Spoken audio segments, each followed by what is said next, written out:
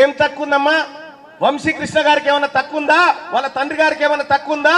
గొప్ప గొప్ప బిజినెస్లు చేసేటువంటి వాళ్ళు ఎర్ర టెండలో ఈ పెద్దపల్లి ప్రాంతాన్ని సింగరేణిని కాపాడుకుంటామని తిరుగుతా ఉన్నారంటే ఆ బిడ్డల త్యాగాన్ని మనమంతా గుర్తించాల్సినటువంటి అవసరం ఉందని చెప్పి తెలియజేస్తా ఉన్నా.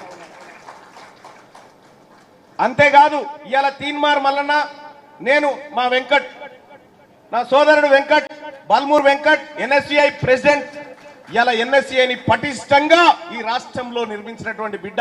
మొన్ననే కాంగ్రెస్ పార్టీ అధిష్టానం గుర్తించి ఎమ్మెల్సీని చేసింది ఇదే బిడ్డ తీన్మార్ మల్లన్న. ఈ తీన్మార్ మల్లన్నను ఎవరు తయారు చేసిరమ్మా?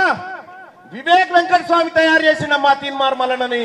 ఈ రాష్ట్రంలో కేసీఆర్ ను గద్దె దించడానికి నన్ను ఒక వెపన్ లాగా సమాజం మీద కొదిలినటువంటి బిడ్డ ఈ వివేక్ వెంకట స్వామి. ఇలా ఆ వివేక్ వెంకట స్వామి గాని, వెంకటే గాని, వంశీకృష్ణనే గాని ఇలా కాంగ్రెస్ పార్టీ మీ బిడ్డ తీన్మార్ మల్లన్న కూడా ఎమ్మెల్సీ టికెట్ ఇచ్చి వాళ్ళ వరంగల్, నల్గొండ, ఖమ్మం పట్టభద్రుల ఎమ్మెల్సీ ఎన్నికల్లో నిలబెట్టిన సోదరులారా. ఈ బిడ్డలకు, ఈ యంగ్ బిడ్డలకు అవకాశాలు ఇస్తున్నటువంటిది కాంగ్రెస్ పార్టీ ఇస్తా ఉంది. ఇవాళ ఇక్కడ టిఆర్ఎస్ పార్టీ ఆయన నిలబడ్డాడు, ధర్మపురి కానే జల్లలే రూపాయి. ఇప్పుడు మొత్తం తిప్పుతా ఉన్నాడు ఆయన ఏందో చేస్తా అని. ఇక బీజేపీ ఆయన పేరేందో నాకు తెలియదు, ఆయన నిన్నడు చూడలే, ఆయన పేరు తెలియదు, గోత్రం తెలియదు నాకు.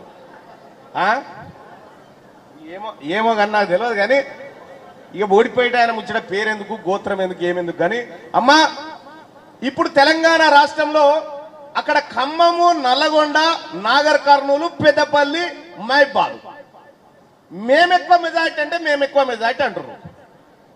మరి పెద్దపల్లిలో ఉన్నటువంటి బిడ్డలారా, మీ బిడ్డను శక్తివంతునిగా భారీ మెజార్టీతో గెలిపిస్తే 5 లక్షల మెజార్టీ ఇస్తారా, 4 లక్షలు ఇస్తారా?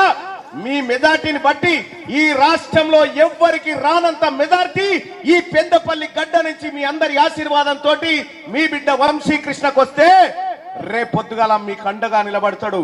ఇక్కడ ఎవడు కూడా కాలు పెట్టకుండా ఈ సింగరేణి కార్మికుల కుత్తుకల మీద కాలు పెట్టేటోన్ని కాటికి పంపిస్తాడు తప్ప వదిలిపెట్టడని చెప్పి తెలియజేస్తా ఉన్నా సోదరులారా. ఇంకంతే.